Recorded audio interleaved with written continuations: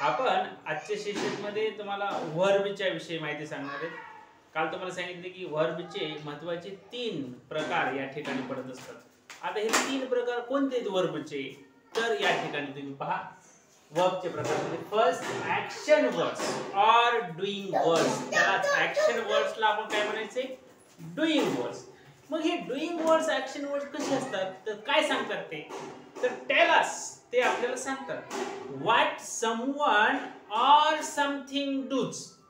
कोणीतरी काहीतरी नेमकं काय करतंय हे ते शब्द सांगत असतात. कोणते शब्द?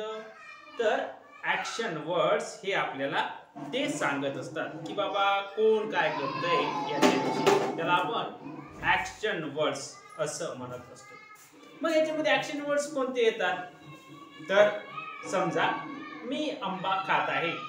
I am eating a mango. यातलं इटिंग आहे काय? Action word. किंवा मी न्यूजपेपर वाचत आहे. I am reading newspaper. किंवा मी न्यूजपेपर वाचतो. I read newspaper. तर हे जे रीड, ईट, ड्रिंक असे शब्द असतात ते आपल्याला ऍक्शन वर्ड म्हणून वापरायचे असतात. तेव्हा ऍक्शन वर्ड्स आहेत. एक प्रकार असा झाला. अनेक वर्ब्स तुम्ही त्याच्यामध्ये पाहिले, जवळपास 100 वर्ब तुम्हाला मी दिलेले आहेत. टेक असेल, गिव्ह असेल, ओपन असेल, क्लोज असेल, हे ऍक्शन वर्ड्स. दुसऱ्या प्रकारमध्ये पाहिलं की state of being words. State of being words मध्ये कोण आहे? तर स्टेट ऑफ बीइंग वर्ड्स काय काम करतात? तर express situations that already exist. दुसरं काय काम करतात? तर do not perform in action. Action करत नाहीत. म्हणजे कसं? तर समजा मी शिक्षक आहे. I am teacher. I am well, मी चांगला आहे. आय एम सॅड, मी दुःखी आहे. बघा इथं तुम्हाला आय एम हे वर्ब म्हणून वापरलंय. स्टेट ऑफ बीइंग स्टेटमेंट आहे, पण इथं ऍक्शन हे एम काय करत नाही. म्हणजे आय एम टीचर मध्ये एम काय करतंय का? ऍक्शन नाही करत, पण ते वर्ब आहे. तो एक वर्बचा प्रकार. आणि तिसरा जो प्रकार आहे वर्बचा तो म्हणजे हेल्पिंग वर्ब्स. Helping verbs. या हेल्पिंग वर्ब्सचे पुन्हा 2 प्रकार असतात.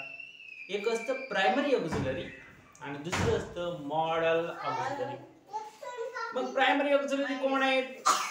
तर त्याच्यामध्ये am, is, are, was, were, shall be, will be, have, has, had आणि डू, डज, डिड हे आहेत त्याच्यामधले प्रायमरी ऑक्झिलरीज, जे हेल्पिंग वर्ब म्हणून देखील वापरले जातात. वाक्यामध्ये ते येत असतात. दुसरं आहे मॉडल ऑक्झिलरी. त्याच्यामध्ये can, could, shall, should, will, would, may, might, must, need to, use to, dare to, ought to हे येत असतात.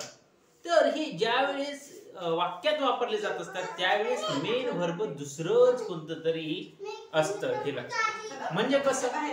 तर आय एम असं वापरले आणि पुढे जर वापरलंय teaching to you. I am teaching to you. मी तुम्हाला शिकवत आहे. या वाक्यामध्ये एम हे हेल्पिंग वर्ब आहे. हे लक्षात असू द्या. म्हणून आपण दिलेलं आहे तिथं हेल्पिंग वर्बच्या विषयी माहिती सांगत असताना हेल्प द मेन वर्ब, मुख्य क्रियापदाला मदत करतं म्हणून त्याला हेल्पिंग वर्ब म्हणायचं. Help the main verb in the sentence. They are placed before the main verb. आणि मुख्य क्रियापदाचे ते अगोदर येतं. म्हणजे I can climb, मी चढू शकतो. I can climb hill, मी डोंगर चढू शकतो. I can help you, मी तुला मदत करू शकतो. Can I help you, मी तुला मदत करू शकतो का? बघा हेल्पिंग वर्ब वापरले. वर्बचे हे तीनही प्रकार तुम्हाला चांगले लक्षात येणं गरजेचं आहे. परत एकदा लक्ष द्या. एक आहे ऍक्शन वर्ड्स, ज्याला आपण डुईंग वर्ड्स म्हणतो, ज्यामध्ये काहीतरी कृती हा कर्ता करत असतो. सब्जेक्ट काहीतरी कृती करत असतो. सेकंड मध्ये सब्जेक्टला कृती करायची गरज नाही, ऑलरेडी त्याच्यात एक्सप्रेशन सिच्युएशन्स तुम्हाला दिलेले असतात. म्हणजे express situations that already exist in a sentence. किंवा do not perform any action. जो सब्जेक्ट आहे तो सब्जेक्ट कोणतीही ऍक्शन त्या ठिकाणी प्ले करत नाही. कुठं स्टेट ऑफ बीइंग वर्ब्स मध्ये. आणि थर्ड आहे हेल्पिंग वर्ब्स. त्याच्यात सांगितलं तुम्हाला दोन प्रकार असतात. एक प्रायमरी हेल्पिंग वर्ब्स असतात, दुसरे मॉडल ऑक्झिलरी असतात. आणि हे दोघंही हेल्पिंग वर्बचं काम करत असतात.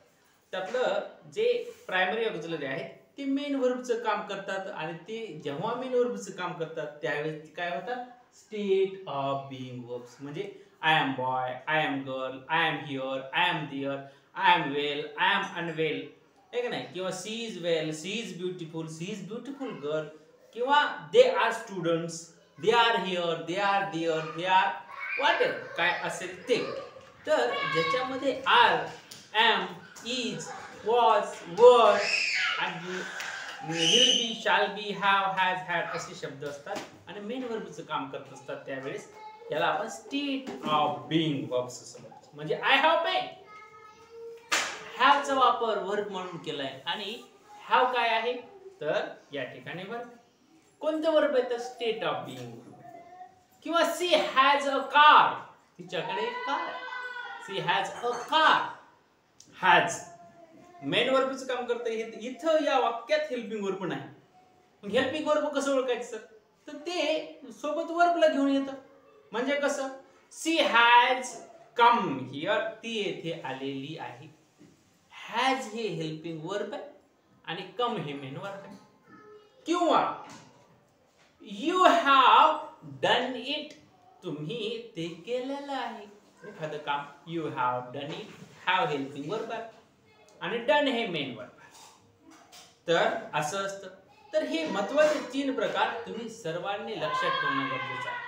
त्यानंतर मग वर्बचे तुम्हाला फॉर्म्स पण आहेत, 6 फॉर्म्स असतात. त्याचे खरं तर आपण टाईप पण